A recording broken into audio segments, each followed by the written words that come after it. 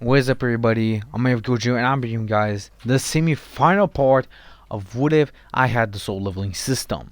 Now, these are my current stats after defeating my other enemy. So yeah, or actually upgrading myself, of course. I meant that. So yeah, my HP is 6,300. My mana points are 7,000. My strength is 890. My agility is 800. My sense is 790. My vitality is 780. My intellect is 857. My stats have been increased. Eventually, I had to go into a dungeon, finally having the full information of it. I had a limit of 3 days, and I used those 3 days to level up as hard as I could. Eventually, I'll go inside the dungeon, or the double dungeon as it's supposed to. With me, of course, looking at the statues that once were supposed to belong in the soul leveling world. With me, of course, being confused why I was here. Eventually, I'll meet the architect. And the architect would explain to me about giving the system, but he was actually not the one who created the system this time, with me actually being confused. So he didn't create the system. Who did then? The architect explains that the rulers, or the last one of them, created a system so they can help their brother Ashborn live. Of course, Arctis was pretty interested in the system, and he decided to give her slightly upgrades as he can fully control it. Eventually, of course, he decided to fight me. Of course, I know I cannot use any of my skills, but just to use my bare weapons.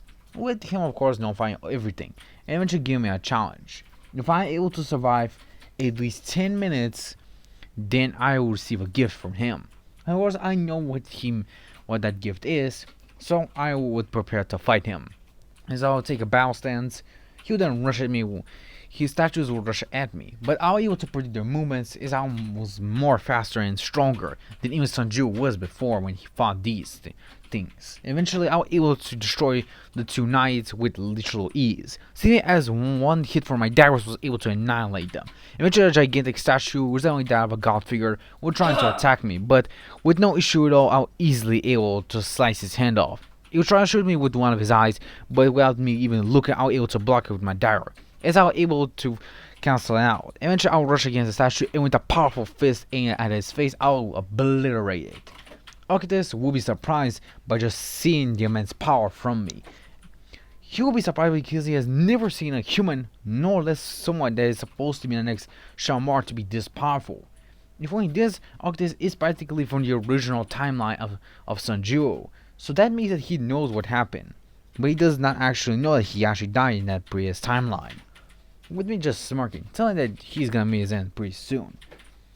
But he of course will chuckle as I will try to use my rule authority, which is an incredibly good skill, which is practically a telekinesis skill. Of course, he will be able to cancel out with his own, which of course I'll just sigh. Tell that he's just making things hard for himself as I'm able to use sprint. Of course, Architect will be confused on why I can use this skill, even though he's blocking him. But I tell him that I already said that I will calm the system, and I will calm him as well. As I'll continue the battle, I'll continue to overpower him. As I continue the battle, it seems that our battle was going longer and longer, but it seems that I was growing stronger as well. I noticed that my stats were increasing just by themselves. They were increasing by 5, no, by 10, and then by 100. And as soon as I realized it, my stats were almost doubled. And with a powerful blow and a punch, I was able to send Articulate flying. He was now almost completely destroyed. He will just smile and tells me that I have now passed the test. He then would have granted me the Black Heart, as then I would easily depot into my mindscape, as I was seeing the battle between the Ashborn and the rulers of this timeline. In this timeline, Ashborn was actually protecting humanity from both the monarchs and the rulers, but the rulers then decided to join Ashborn so they can defend Earth. Eventually, most of the rulers were killed, but they gave their last energy to Ashborn, granting him the power of not the Shadow Monarch, but a Shadow God. With this power, Ashborn was able to seal the monarchs away with incredible powerful magic, but eventually, after his long death, the seal was getting weaker and weaker because the successor was still not found. Ashborn tried to search for a successor for at least billions of years, or millions, of course, but he was not able to find any worthy to hold this power because every time that he would have granted his power, someone would get corrupted or instantly die just by using those powers. you need to find someone worthy. And eventually Asherborn will pass his spirit onto a system, allowing the user, if he is truly suitable for having the power of a Shadow Monarch, will fully access the power to overcome the system. Eventually, of course, we will see Asherborn. And eventually, he will then speak to me, telling me that I'm ready to overcome the system, with me smiling as I thank them, with him nodding as he disappears. As Asa appears, seeing as I was still in my own mindscape, she'll be confused on what happened. Architect, of course, will try to attack her, but she'll easily able to dodge the attacks. She's on the same level as me, but she's pretty fast and agilable than me. Of course, the Architect will choose to try to attack her, but before he can actually deliver a finishing blow, I'll be able to start his attack with my bare hand. You'll be confused on why I was not his master or Asherborn, but I tell him that he will meet death pretty soon. Of course, I will be confused, but with just a quick slice, I was able to slice his hand off. He will scream in immense pain, seeing as he has never seen that happen. I tell him that he is wrong to just mess with my life. He should have stayed dead. He should have not messed with me, or he would just give me the system and not even bother. But he did not. Actually, I will try to utilize my Fan Juice, which also has an incredible big side effect. The less damage I take, the more damage my opponent takes, which is a pretty special unique ability I was able to achieve after I was able to acquire the Black Heart, now increasing my mana points by at least 4 times, with my mana being increased a lot. And eventually with this I was able to kill Architect, leading me to level up pretty well.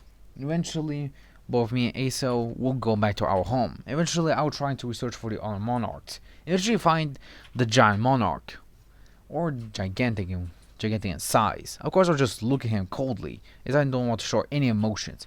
He of course asked me to free him so he can help me defeat the monarchs, but I already know his play, and I tell him, why should I trust someone that would just betray his fellow subordinates just this easy, because his other subordinate betrayed them as well.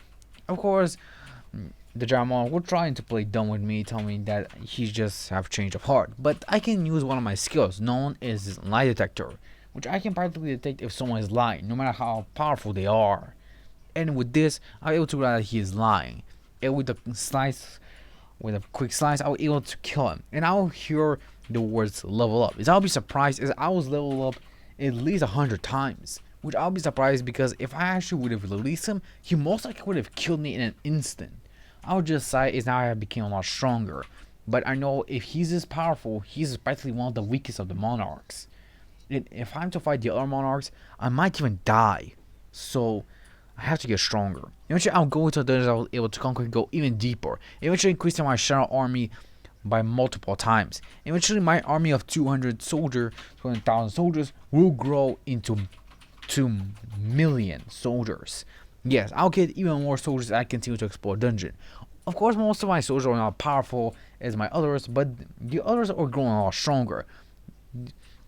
Some of the lower knights levels are now a full knight level, while some became a lot stronger. While Beryl, Iris, and Iron alongside Tank and Tusk have become a lot stronger, able to increase their powers a lot. They can also now speak to me, since their powers are already increased as well. But Beryl is the only one who can talk clearly, while the others can barely actually talk about it. Eventually, after our full increase, I'll be able to sense the monarchs coming, and I know I must prepare. I must find the monarchs right here, right now. But guys, this is the end of the sport. See you guys in the next one. Bye guys. See ya.